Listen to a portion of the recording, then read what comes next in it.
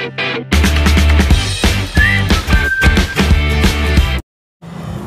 afternoon students, welcome to Sync coaching classes. Today we are going to learn about heredity and evolution. This is the first chapter for second science, second part of the science for Maharashtra State Board for the 10th class.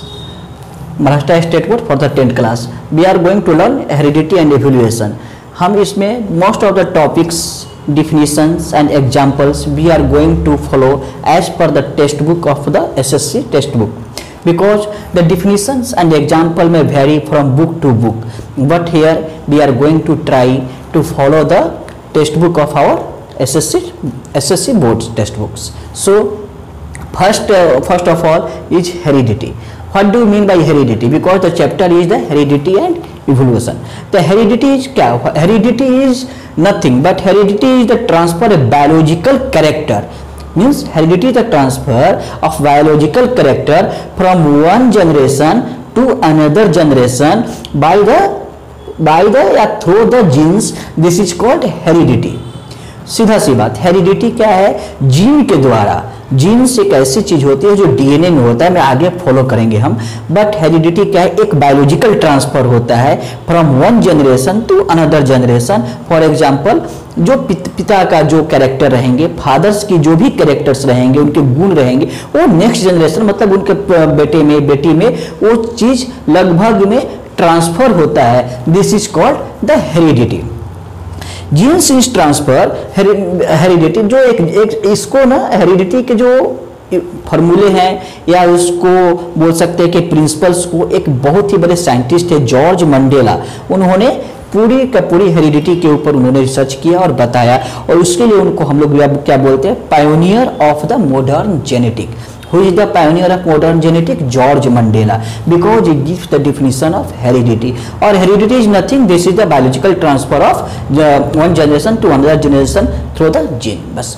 अब gene इस transfer, gene तो हमने बोल दिया कि transfer होता है, लेकिन जीन कैसे ट्रांसफर होता है? Gene is transfer Bhaya chromosome. Gene DNA is a genetic material. हम लोग बोलते हैं हेरिडिटी में होता है अपना जो हेरिडिटी है, heredity is responsible for DNA, deoxyribose nucleic acid. इसी के द्वारा अपनी हेरिडिटी ट्रांसफर होती है, और हेरिडिटी ट्रांसफर होती है, इसी को हम जीन का भी रहते हैं, और ये ट्रांसफर होता है क्रोमोजोम से. क्रोमोजोम क्या है? अब यहाँ पे फिर से नया चीज आया, अपनी क्रोमोसोम. क्रोमोसोम क्या है? Chromosome is nothing but this is only the chromosome. क्या है? The DNA molecule is packed. DNA is the dumbbell shape. जैसे हम जानते हैं डीएनए क्या है? DNA is the dumbbell shape present in the nucleus. सीधा सी बात है. तो क्रोमोसोम है, क्रोमोसोम एक ऐसा थ्रेड लाइक स्ट्रक्चर होता है. Chromosome is a thread like structure which packed the DNA. वो डीएनए को जो अपना जो डंबल शेप जो भी रहे उसको एक स्ट्रक्चर होता है, थ्रेड लाइक स्ट्रक्चर, उस डीएनए को पैक करके रखता है. This is called chromosome. तो डीएनए या जीन किसके द्वारा ट्रांसफर होता है? Through the chromosome. DNA is transfer and DNA is the genetic material. Genetic material means biological character जो हमने बताया है. That's clear. और इसके बाद से ये हो गया अपनी हेरिडिटी की डिफिनीशन. लेकिन हेरिडिटी ऐसा नहीं है कि केवल ट्रांसफर हो गया जीन, उसकी कहानी खत्म हो गई. नहीं, हेरिडिटी इज यूजफुल, हमारे लिए यूजफुल है. अपनी जीन्स, अपने जो लिविंग ऑर्गेनिज्म है उसके लिए यूजफुल है. क्यों?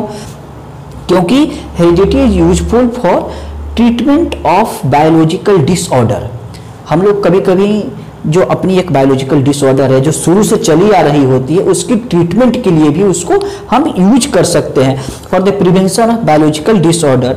देन आफ्टर ये formation of hybrid seeds. Number second example, formation of hybrid seed for getting the more and more production of our grains, cereals etc in the agricultural field. Then after in the animal, अब हम तो man, in the animal this is also important because the hybrid is form by this heredity DNA transfer. जैसे अगर we take the example of the dog, आज हमारे पास dog की कितनी सारी ब्रीड्स अवेलेबल हैं, from basic to topmost of the dog. This is only possible with the heredity. So your heredity is also important for the plants, animals, agricultural fields. Then after कुछ ऐसे industrial process भी होते हैं जहाँ पे microbes use होते हैं, where heredity is used. That's called our heredity. अभी तक आपने समझ लिया heredity is the simple language में, क्योंकि अभी क्लोज यस तो हेरिडिटी को सिंपल लैंग्वेज में इतना ही बोल सकते हैं, this is the biological transfer, मतलब पिता का गुण, फादर्स का गुण from child to next generation वो ट्रांसफर होता है। This is heredity simple language. Now we are going to learn about transcription, translation and translocation, but first important is the transcription. Transcription, what is the transcription?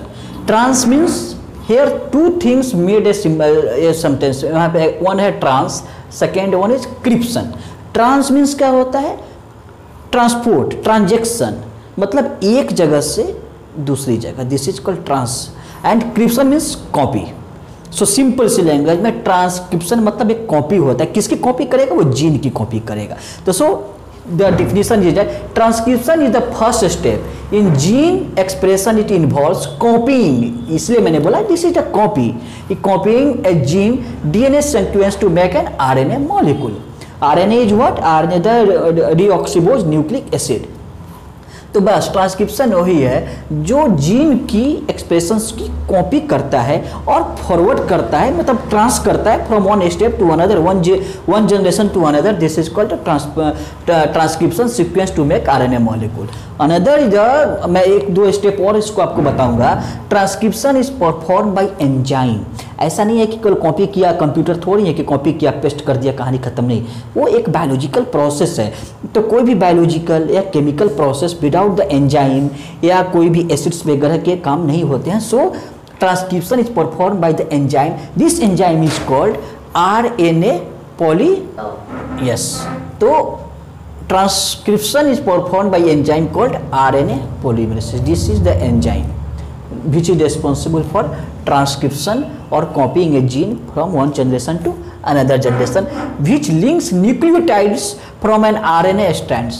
And what is the nucleotides? There are four types of the nucleotides. One is the adenine, cytosine, thymine and guanine. These are the responsible for DNA structure, DNA के लिए। And for the जब हम RNA के लिए अगर discuss करेंगे तो only thymine is replaced in the place of uracil। Means RNA में अपने adenine, cytosine, thymine and thymine है uracil and last one is guanine are available in the nucleotides. So these are the simplest way and simplest definition of transcription. And another things, if you want to add तो transcription जो मैंने आपको बताया, transcription को मैं अभी इसको close करूंगा तो एक सिंपल सा trans means one place to other, cription means copy. तो what is the copy? Gene is copy. तो जीन को ट्रांसफर कॉपी करता है और one place to another place को ट्रांसफर करता है, दिस इज कॉल्ड ट्रांसक्रिप्शन। और ये प्रोसेस किससे होता है? और ये प्रोसेस को एक एंजाइम परफॉर्म करता है और उस एंजाइम को हम क्या कहते हैं? आरएनए पॉलीमर्स कहते हैं। और ये थ्रू द न्यूक्लियोटाइड्स, और जो मैंने न्यूक्लियोटाइड्स की आपको काइंड्स बताया, this all things are transcription. इसमें एक चीज और आता है जिसको हम लोग क्या बोलते हैं? ट्रांसक्रिप्शन के बाद सेंट्रल डोग्मा बोलते हैं, सेंट्रल डोग्मा। तो यहाँ पे हमने ट्रांसक्रिप्शन को देखा इजिएस्ट वे में। अब हम यहाँ पे एक चीज और आता है central dogma. What is the central dogma? उसका नाम ही है सेंट्रल, मतलब बीच का। और तो देखो information about protein synthesis, central dogma. अगर आपको ये सब चाहिए डिफिनीशंस वगैरह तो मैं इसके स्क्रीनशॉट शेयर कर दूंगा, डोंट वरी। तो सेंट्रल डोग्मा क्या है? Information about protein synthesis. याद रखिए, protein synthesis is stored in DNA and synthesis of appropriate protein as per requirement to necessary for body. ठीक है, यहाँ पे एक चीज देखिए, as per requirement of necessary for body. क्यों? प्रोटीन सिंथेसिस क्यों? सेंट्रल डोग्मा के लिए। प्रोटीन सिंथेसिस क्या है? Formation of protein in cell, this is called protein synthesis. मतलब अपनी बॉडी जो है सेल्स से बने होते हैं और वो सेल्स के प्रोटीन की जरूरत होती है फॉर बॉडी बिल्डिंग। हमारे बॉडी को बिल्डिंग में, बॉडी को डेवलप करने में ना प्रोटीन की आवश्यकता होती है। सो हियर यहाँ पे इसलिए इंपॉर्टेंट कहा गया है कि necessary requirement, as per the necessary requirement of protein for body, protein synthesis, मतलब जितना बॉडी को ज़रूरत हो प्रोटीन सिंथेसिस की, एक बॉडी को डेवलप करने के लिए, डीएनए को सिंथेसिस करने के लिए जितनी ज़रूरत हो, तो उसको हम this protein synthesis by DNA, किससे होता है? Bye DNA through the RNA, bye DNA through the RNA, this process is called central dogma. मतलब जो डीएनए से आरएनए में जा करके और उससे प्रोटीन सिंथेसिस हो, वो सिंपल सी लैंग्वेज में हम उसको यस। तो अभी तक हमने देखा सेंट्रल डोग्मा का जो डिफिनीशन था मैंने बताया, एक सिंपल सी एक स्ट्रक्चर में आपको एक फ्लो में आपको बताता हूँ सेंट्रल डोग्मा क्या है। तो जब DNA transfer to RNA with the help of protein synthesis called the central dogma. One line structure, one line definition central dogma. यहाँ पे हमने आपको रेफरेंस के लिए ये कुछ कोडिंग का बताया है जो ट्रांसलेशन और ट्रांसक्रिप्शन दोनों को दिखाता है। दिस इज द डीएनए, और जो मैंने बताया था आपको न्यूक्लियोटाइड्स का एडेनिन थाइमिन गुआनिन वाला जो बताया था वो यहाँ पे, और ये आरएनए के मॉलिक्यूल्स को ट्रांसक्रिप्ट करता है, और ये सारी ये सब कोडिंग मेथड है। ये मैं आपको इसका भी फिगर भी आपको शेयर कर दूंगा। ये केवल बस ट्रांसक्रिप्शंस को और ट्रांसलेशन दोनों की प्रोसेस को ये फिगर एक्सप्लेन करता है। आप इसको देख लो, मैं ट्रांसलेशन को भी मैं अभी और बताऊंगा आपका अगले के अभी डिफिनीशन में। Then after central dogma there is one important topic is also, this is called triple codon, triplet codon. What is this? Triplet means नाम से ही जैसे हम जानते हैं तीन, ट्रिपलेट मीन्स तीन, कोडोन मीन्स कोड करना। तो बस इसका यही है, इसमें थोड़ी सी है। जब messenger RNA, mRNA means messenger deoxyribose nucleic acid, मतलब जो मैसेंजर आरएनए जो है जब form in nucleus, messenger RNA form in nucleus in cytoplasm, it brings the coded message from DNA. ये जो मैसेंजर आरएनए है ये कोडेड मैसेज लाता है फ्रॉम डीएनए। कहाँ से? From the DNA, coded message the carry from DNA. The message contains code, ये जो मैसेज जो आता है कंटेन्स कोड में होते हैं in the with the help of amino acids. The message contain codes for amino acid, the code for each amino acids contains 3 nucleotides. इसको एक लाइन में अभी हिंदी में इसको एक लाइन में समझाता हूँ। ये ट्रिपल कोडेन मतलब 3 को, ये मैसेंजर आरएनए कोड को कैरी करता है फ्रॉम द डीएनए से मैसेज लेकर के, और वो एमिनो एसिड के हेल्प से जो मैसेज कोड होते हैं उनको ट्रांसफ़र करता है, और फिर द 3 न्यूक्लियोटाइड्स को हेल्प से this is called a triplet codon. हाँ, तो एक सिंपल सी लेमैन की डिफिनीशन में बताता हूँ। Messenger RNA carries code from the DNA से मैसेज ट्रांसफर करता है with the help of amino acid in the triplet nucleotides, this is called triple coded. मतलब 3 मैसेज को कोड में लेकर के आता है। सो यहाँ पे भी हमने इसलिए मैंने स्ट्रक्चर दिखाया था, this are the coding method based on the triplet coding हो गया। And right now we are going to explain about translation. Yes, तो हमने अभी तक ट्रांसक्रिप्शन देखा और ये इसके रिलेटेड जितने जो डिफिनीशन हमने देखा। अब हम जा रहे हैं translation. This is also much important for this chapter. अब ये ट्रांसलेशन, जैसे मैंने बताया था ट्रांसक्रिप्शन कॉपी, ट्रांसलेशन क्या है? अभी तक जो हम अनुवाद, इसकी हिंदी में अगर हम क्या बोले, इसको अनुवाद बोलते हैं। जैसे एग्जाम्पल मैं लेता हूँ कि यह कुत्ता है, तो इसका क्या होगा? This is a dog. मतलब कैरेक्टर वही है, जीन वही है, गुण वही है, केवल ये डिकोडेड होकर के हिंदी से इंग्लिश में आ गया है, तो दिस इज ट्रांसलेशन है, वो एकदम लेमैन की भाषा से। और अब अपने टेक्स्ट बुक की अगर डिफिनीशन हम लेंगे तो टेक्स्ट बुक की डिफिनीशन के हिसाब से translation is the process in which the genetic code, जो देखिए genetic code contained with a messenger RNA, mRNA, messenger RNA, mRNA जो हम बोलते हैं, genetic code with the mRNA, इसको मैंने फ्लो चार्ट से भी बताया है। mRNA molecule is decoded, mRNA molecule is decoded to produce a specific sequence of amino acid in a polypeptide chain। ये डिफिनीशन है। अब इसको हिंदी में बताओ, what is the polypeptide chain, ये इस फ्लो चार्ट से समझेंगे।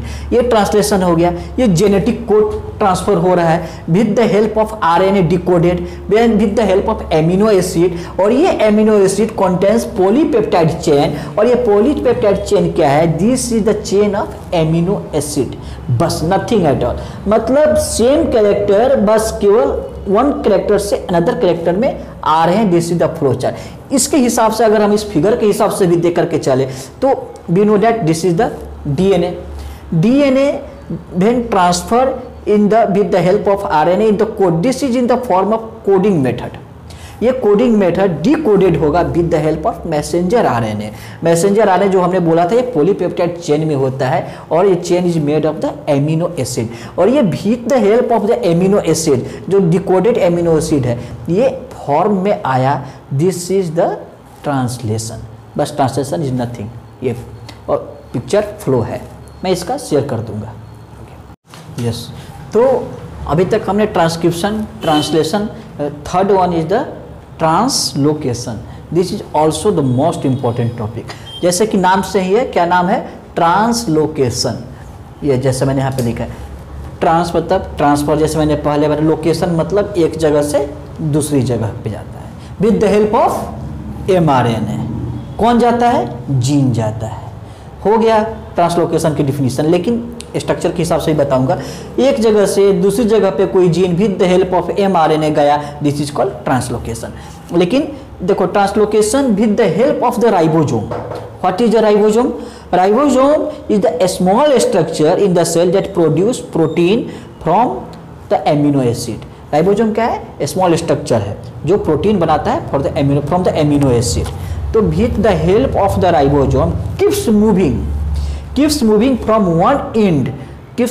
from one end to another end of mRNA, मतलब messenger RNA to distance cover करता है ट्रिपलेट कोडोन के द्वारा।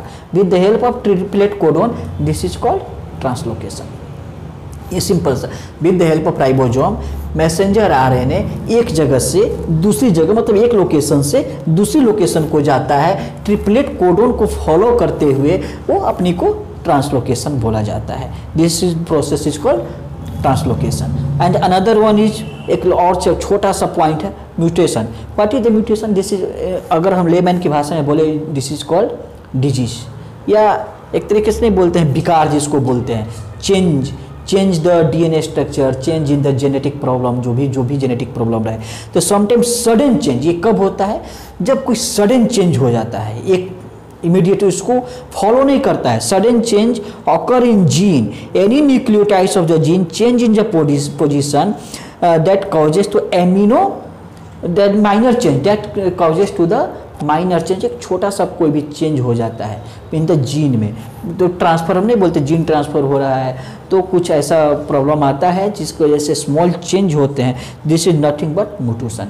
ये छोटी सी बीमारी होती है। एग्जाम्पल में अगर हम लेते हैं तो सिक्स सेल एनीमिया, बहुत सारे इसके प्रॉब्लम आ जाते हैं।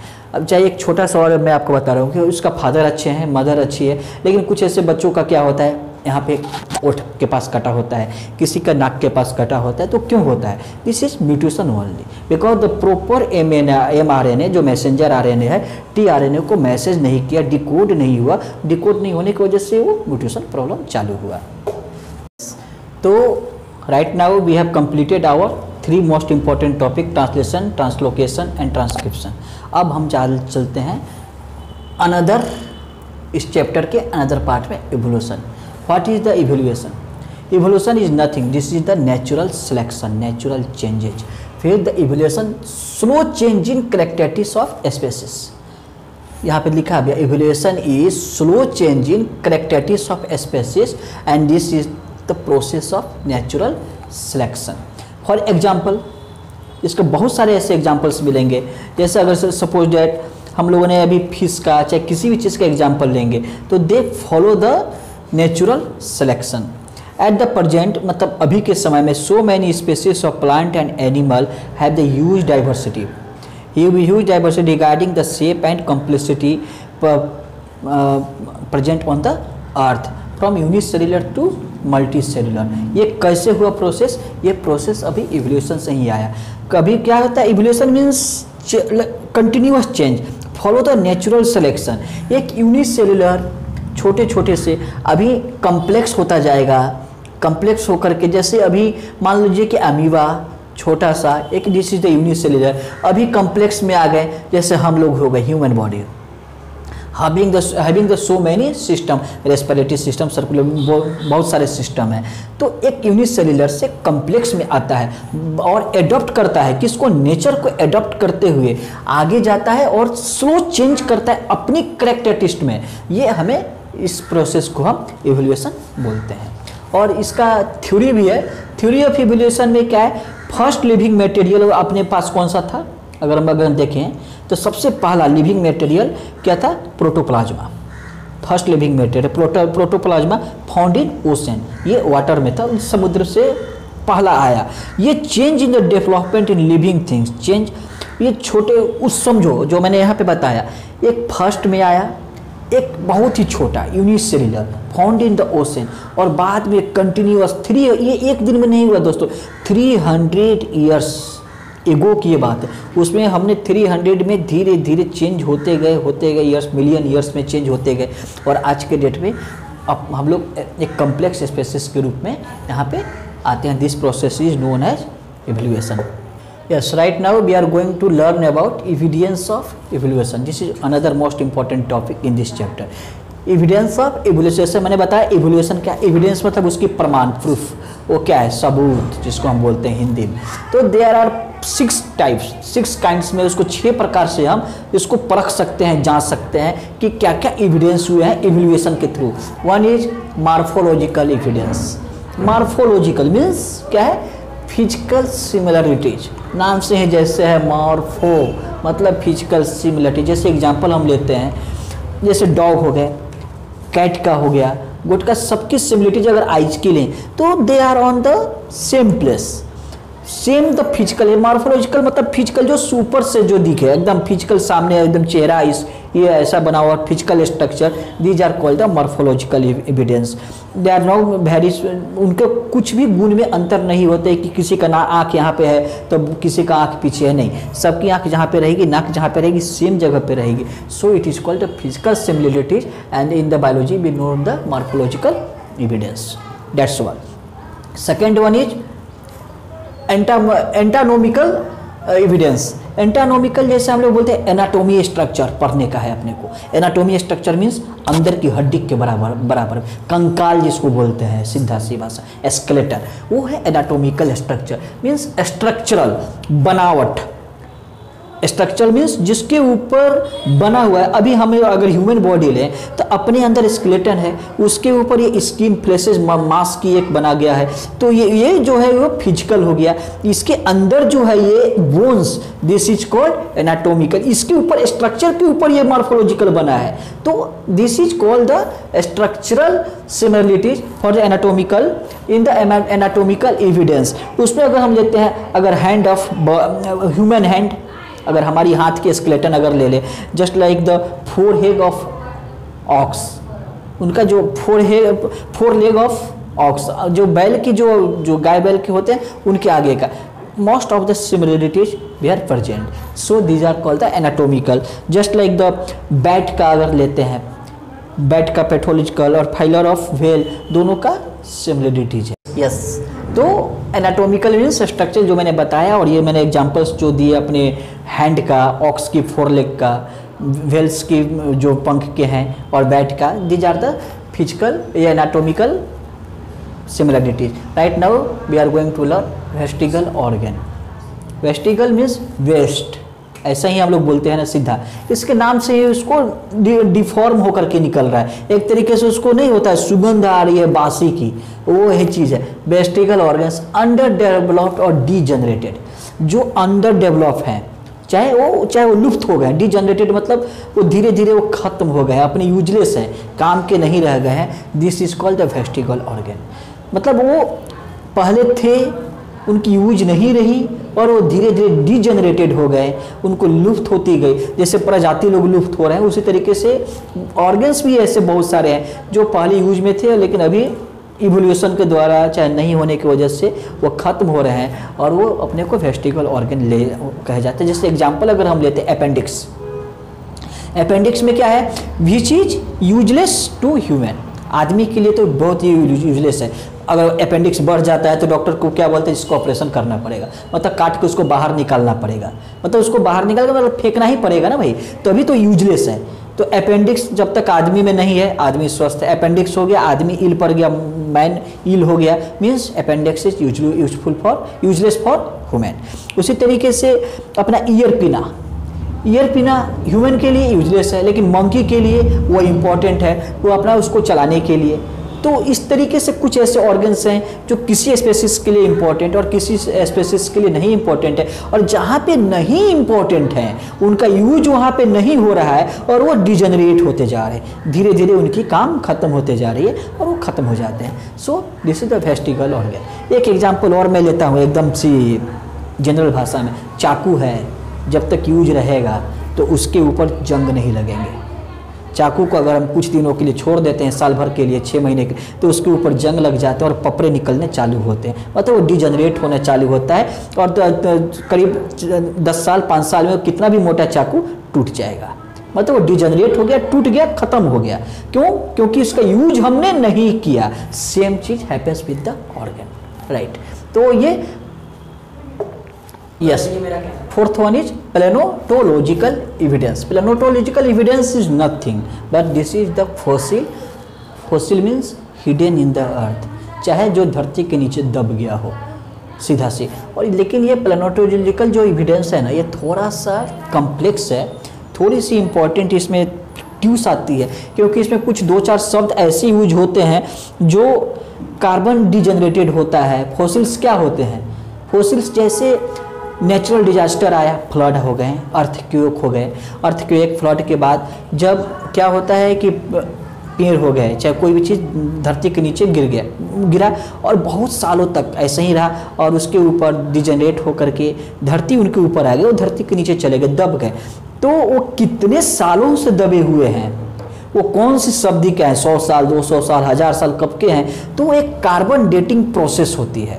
वो कार्बन डेटेड प्रोसेस से हम ये निकालते हैं कि वो जो फॉसिल्स है, मतलब वो जो दबा हुआ जो चीज़ है, चाहे वो कुछ भी हो, वो कितने सालों पुराना है।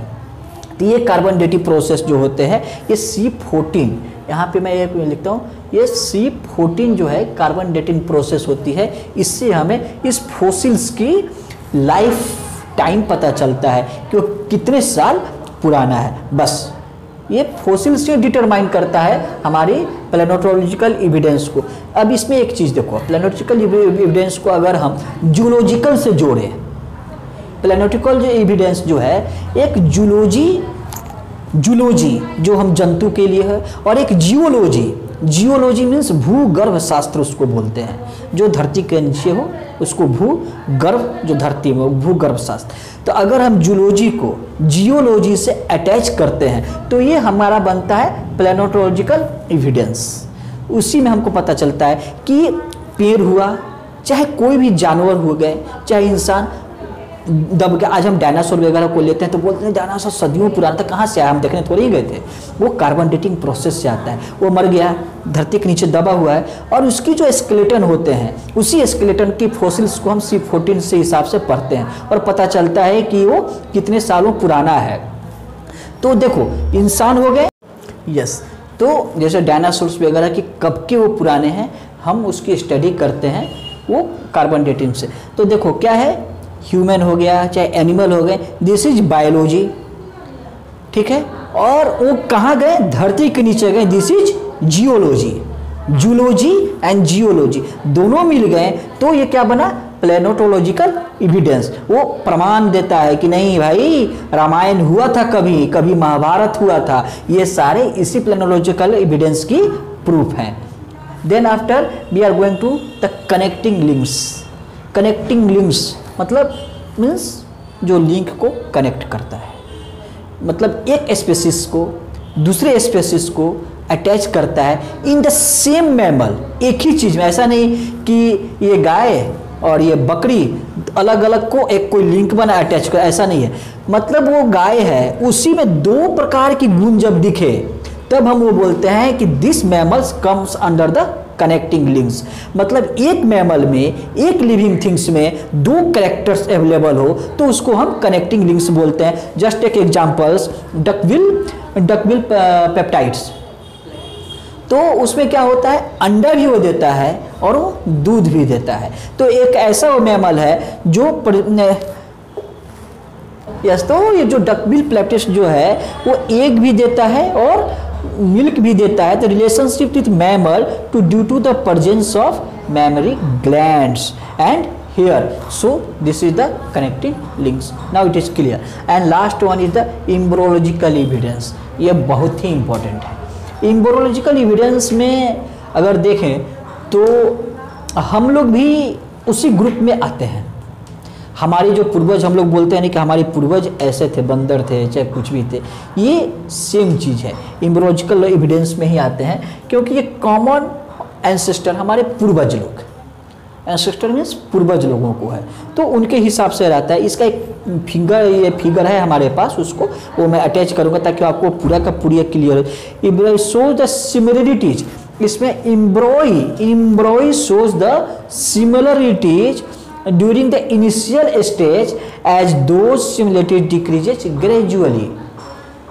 अब हम लोग क्या बोलते हैं, हमारा पूर्वज मंकी थे, बंदर लोग थे, तो अभी देखो उनकी सिमिलरिटीज इनिशियल स्टेज में और आज में डिक्रीज होता गया. हम ऐसा भी तो नहीं आज के डेट में भी बंदर जैसा नहीं कर रहे हैं ना, तो हमारी सिमिलरिटीज थी, एक समय में थी, लेकिन वो धीरे धीरे ग्रेजुअली डिक्रीज होता गया और आज हम उनसे थोड़ा अलग हो गए, वो हमसे अलग हो गए. That's called the embryological evidence. Yes, तो अभी तक हमने क्या देखा, एविडेंसेस देखे. अब इसमें कुछ ऐसे साइंटिस्ट भी हुए जो कुछ थ्योरी भी दिए हैं for the proof of evidence, और कैसे चेंज हुए और क्या है उनकी थ्योरी. उसके हिसाब से इस बुक में अपने को we have to do 2 theories. One is the Darwin theory और दूसरा लैंडमार्क थ्योरी, जिसको हम लैंडमार्किज्म थ्योरी भी बोलते हैं. तो अभी first we are going to learn about the Darwin theory. Darwin ने क्या था, Darwin was a scientist. Darwin एक साइंटिस्ट थे जिनका पूरा नाम था चार्ल्स डार्विन, और उन्होंने एक बुक भी लिखा था, जो बुक है ओरिजिन ऑफ स्पेसीज के नाम से उसको हम जानते हैं. इनके डार्विन्स का एक ही सिद्धांत था कि इस जगत बोलते हैं, चाहे युग में चाहे इस संसार में, वही जीव या वही आदमी या वही जंतु, मतलब वही लिविंग ऑर्गेनिज्म सस्टेन कर सकता है, मतलब रह सकता है, who have the capability, who have the capacity to fight or change according to the nature. जो नेचर के हिसाब से अपने को बदलते रहता है, रेडी टू कंटिन्यूअस चेंज, और उसको फिट होता है और स्ट्रगल करता है, फाइट करता है against the environment, against the nature. They can survive और वो रहेंगे, अदर विल फिनिश. अभी भी कंपटीशन है. अगर हम प्राइवेट कंपनियों की अगर एग्जांपल में एक अलग लिंक लेता हूं, अभी प्राइवेट कंपनी के जो भी वर्कर रहेंगे, अगर वो टारगेट करते हैं तो कंपनी में लंबे समय तक रहते हैं, 10 साल 12 साल पुराना साल. अगर नहीं रहते हैं तो they will kick out in the 2 or 3 month, 2 और 3 महीने में उनको बाहर का रास्ता दिखा दिया जाता है. Same theory depends upon the Darwin. वही है, इस जगत में रहना है भाई तो नेचर के साथ रहो, उसके साथ अडॉप्ट रहो और उसके साथ चेंज होते रहो, तो आप इस लाइफ में और इस वर्ल्ड में अच्छे से जाओगे. अदरवाइज दुनिया आपको छोड़ देगी, तो नेचर भी आपको छोड़ देगा. तो इसका वही 3-4 पॉइंट है. सर्वाइवल ऑफ फिटेस्ट, सर्वाइवल होना चाहिए, नेचुरल सिलेक्शन. अब ये एक कहावत भी है, जैसा बिहेवियर पीठ वैसा कीजिए. अगर हवा इधर से आ रही है, हम उधर मुड़ करके बैठेंगे तो हवा हमें लगेगी क्या, नहीं ना. तो नेचर के हिसाब से रहो. ठंडा है तो ठंडे के हिसाब से अपने आप को ढालो, अपने आप को हिसाब से रहो. अभी प्रधानमंत्री ने भी बोला ना, कोरोना आया है, प्रधानमंत्री ने भी बोला है कोरोना आया है तो हमें कोरोना के संग ही रहना है. Means we are ready to adopt the corona and change according to the situation, otherwise we will. ठीक है. Third is winning competition. तीसरा क्या है, विनिंग कंपटीशन. जो मैंने बताया प्राइवेट कंपनियों को कंपटीशन तो बहुत है. ऐसा नहीं है कि हम अकेला स्पीसीज से इस पूरी धरती पे हम अनोखा आदमी है जिसको बचाने के लिए पूरी दुनिया रहेगी. नहीं, कंपटीशन तो फार के रहेगा, बहुत कंपटीशन है. लेकिन उस कंपटीशन में अगर हम विन करते हैं तो then will be sustain, otherwise finish. Third is ready to modify और चेंज. हमेशा अपने को चेंज. आज कुछ और समय है, हो सकता है कि 10 साल के बाद और कुछ समय आएगा, तो we are ready to adopt this time और चेंज. दिस प्रोसेस और this theory comes under the Darwin theory. बस सीधा सी बात. और उसमें डार्विन ने कुछ बनाया है, तो पहले को लोगों का क्या, अभी के भी लोगों को आदत है, कुछ लिखा तो भाई बुराइयां तो निकालना पड़ेगा, बिना बुराई निकाले तो कल्याण होगा नहीं. तो उनकी भी ड्रॉबैक आई, उनके कुछ ज़्यादा ड्रॉबैक तो नहीं निकल पाया, क्योंकि this is the logical theory. और ये अभी भी लागू होती है, लेकिन उसका है तो इस पर बता देता हूँ। Natural selection is not only responsible for evolution.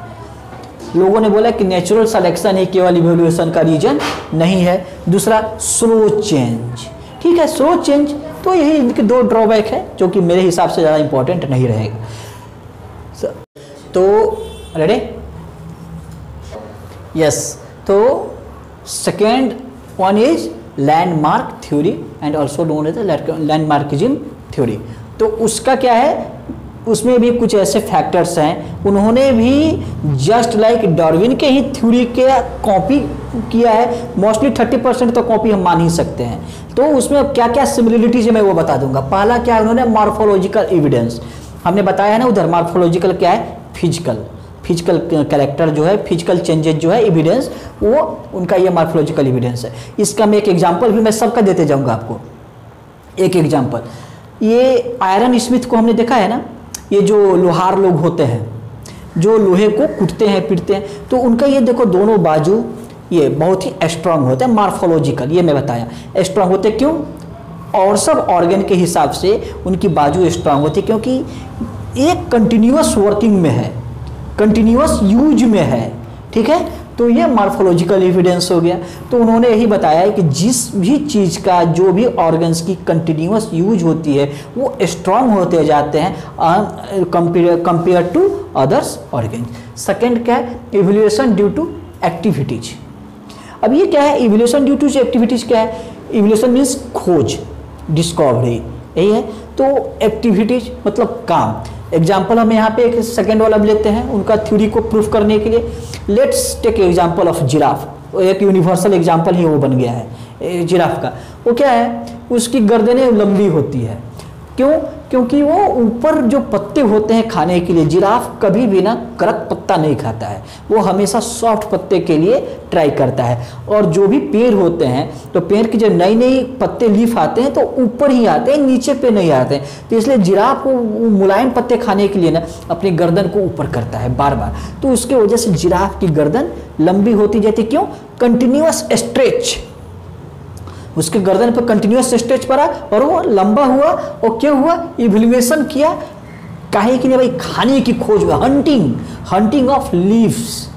This is the evolution of activity, hunting of leaves for his hungry, अपनी भूख मिटाने के लिए पत्ती को खाना है। तो कैसे खाना है, गर्दन को लमराएंगे, गर्दन को ऊपर करेंगे, तो हमारा ये हो गया, तो इवोल्यूशन ऑफ एक्टिविटीज हो गया लैंडमार्किज्म थ्योरी का। सेकेंड, थर्ड पार्ट लेजीनेस और इफेक्टिवनेस, ये जस्ट थोड़ा सा मॉर्फोलॉजिकल एविडेंस के जैसे।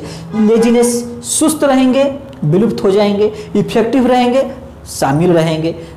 वही हाल है, जो बच्चे क्लास में पीछे वाले बेंच पे बैठ के झोंपते रहते हैं वो क्या होते हैं, मार्क्स भी उनको ऐसा ही आता है, लुप्त हो जाते हैं। जो आगे वाले बैठ करके अच्छे से एक्टिव रहते हैं, आगे के बैच पे बैठ करके एक्टिव रहते हैं, तो मार्क्स भी उनको एक्टिव 95-97% आता है। तो ये लैंडमार्क थ्योरी का परफेक्ट एग्जाम्पल है। अगर हम एक्टिव रहेंगे, हर जगह एक्टिव रहेंगे, एक्सेप्टेबल रहेंगे, अदरवाइज खत्म। थर्ड वन इज लास्ट में है ये यूज और डिसयूज ऑर्गन। ये this is also the principle of landmark, use और डिसयूज। यूज किया जिस ऑर्गन का, बिकॉम स्ट्रॉन्गर, डिसयूज किया थोड़े थोड़े में वो खत्म होते हैं और ये वीकनेस उनकी होती जाती है उस ऑर्गन की, चाहे उस स्पेसिस की। जो स्पेसिस कंटिन्यूअस रहेंगे, इफेक्टिव रहेंगे in the world, in the nature, वो सस्टेन करेंगे, लैंडमार्क थ्योरी के हिसाब से वो रहेंगे। अदरवाइज जो नहीं रहेंगे वो खत्म। इसका एग्जाम्पल हम लेते हैं ईमो का। अगर इसका example, wings of bird like ostrich and emu have become big. Ostrich का और ईमो का विंग्स जो है कमज़ोर हो जाती है ड्यू टू नो यूज, उनका कोई यूज वो नहीं करते हैं तो कमज़ोर हो गई। और legs of the bird like swan and duck have become useful for, क्योंकि डक और स्वान का लेग जो है वो यूजफुल हो जाता है, क्योंकि स्विमिंग की उनकी जो हैबिट होती है इसके वजह से वो खत्म हो जाता है। तो यही है यूज और disuse of organs. And last is the inheritance of acquired character. Inheritance of acquired character क्या है, तो इसमें कुछ नहीं, all these examples acquired character transfer from one another gene to another generation is called the inheritance of acquired. Yes, तो one यहाँ पे हमने एक चीज़ और बताऊंगा, सबसे best example inheritance of acquired character. Inheritance means ले लेना, हमने बताया था ना डीएनए से ट्रांसफर होता है, जीन ट्रांसफर हुआ फादर टू चिल्ड्रेन और नेक्स्ट जनरेशन। तो उसने यही बोला कि अगर किसी का फादर अगर डॉक्टर है, चाहे उसके कुल खानदान में कोई डॉक्टर है, तो उसका जो आने वाला जो नेक्स्ट जनरेशन है वो डॉक्टर ही बनेगा, सिंगर ही बनेगा, आर्टिस्ट ही बनेगा। लेकिन नहीं, दिस इज नॉट पॉसिबल। तो ये प्रैक्टिकली पॉसिबल नहीं है। तो ये सारे लैंडमार्क थ्योरी को इसके हिसाब से बहुत ज़्यादा ये ड्रॉबैक ही हम इसको बोल सकते हैं। This is the acquired character. Yes, now speciation, another topic. Speciation कहाँ से निकला? ये स्पेसिएशन मीन्स स्पेसिस, जाति, मतलब वो ऑर्गन्स, ऑर्गेनिज्म, उसी से हमारा स्पेसिएशन निकला है। तो अभी कभी कभी क्या होता है कि जोग्राफिकल कंडीशन के हिसाब से कोई अगर स्पेसिस जो होती है, जो जाति होती है, प्रजाति होती है स्पेसिस, वो खाने के लिए, वो फूड हंटिंग की वजह से एक जगह से दूसरी जगह पे वो जाते हैं, वो इवैल्यूएशन करते हैं कि हाँ कहाँ पे खाएंगे, कहाँ पे पिएंगे।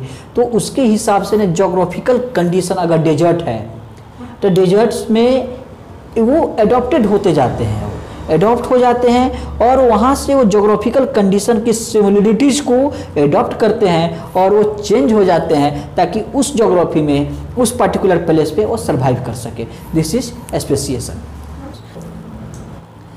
यस, तो now we are going to learn human evaluation, last topic for heredity and evaluation in this chapter. Human evaluation means क्या है?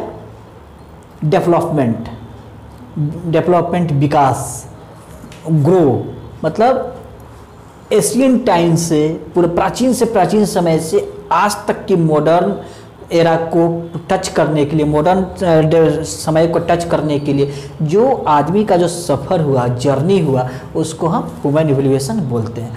अब आज की डेट में अगर मैं देखूं तो 7 लाख, मतलब 7000 ईयर्स से भी ज़्यादा पुराने के समय में, जब एशियंट एनिमल लाइक लूमर्स, जब एक बंदर के समय, जो हम लोग बोलते भी थे ना हमारी मंकी, हमारे लूमर्स जो है पूर्वज, तो पुराने समय में वो उस तरीके से 7000 ईयर्स एगो के पहले, उससे भी पहले की बात, तो वो ल्यूमर्स ग्रो हुए, ग्रो होकर के धीरे धीरे धीरे बहुत सारे करीब 7 to 8 स्टेज में उन्होंने ग्रो हुआ और वो एक आदिवासी जो उस समय के मानव का रूप आए और वो एक परफेक्ट मैन बन गए। तो उस जर्नी को ह्यूमन इवैल्यूएशन के नाम से हम जानते हैं, ठीक है, और ह्यूमन इवैल्यूएशन के नाम से हम इसको कवर कर सकते हैं। तो ह्यूमन इवैल्यूएशन टेक प्लेस। अब इसमें हमने तो देखा कि ह्यूमन का तो इवैल्यूएशन हो गया, लेकिन क्या आज का जो माइंड है, जो हमारे एशियन उस समय जो डेवलप्ड एक ह्यूमन जो हुए थे, उस समय की माइंड का अगर मैं देखा जाए तो they are not an equal. The morphology of each human like animal started to appear like to the member of the genes called the homo sapiens. मतलब हमारे जो होमोसेपियंस एक जो थे, जो आदमी की तरह दिखते थे, तो उनको हम होमोसेपियंस की बोल सकते हैं। अभी आपने कभी एक चीज़ का थिंकिंग क्या है कि ठीक है एवोल्यूशन तो हो गया ह्यूमन का, लेकिन अदर भी तो स्पेसिस थे, तो उनके पास भी तो दिमाग होगा और ह्यूमन के पास भी माइंड था, दिमाग था। तो आज के भी डेट में अदर स्पेसिस जो है उतनी ह्यूमन माइंड की अपेक्षा रिलेटिव वो डेवलप नहीं हो पाए जितने कि एक ह्यूमन माइंड डेवलप हुआ। आखिर क्यों? Only due to the use of their mind and this is evaluation and comes on the human evaluation. बस ह्यूमन इवैल्यूएशन यही है कि जो सफ़र उसने स्टार्ट किया था एक लूम्बर से, और आज के डेट में एक टाई लगा करके, टाई सूट कोट लगा करके जो एक आदमी खड़ा है, उस जर्नी को जो कंप्लीट किया, this is human evaluation. So right now I think मेरे हिसाब से ये चैप्टर कंप्लीट हुआ। Human heredity and evaluation chapter is finish. So students, अगर कुछ भी अगर ऐसा रहे तो right us on the comment box, and last one, please like and share of my video so I get you the second chapter will be started for you. Thank you.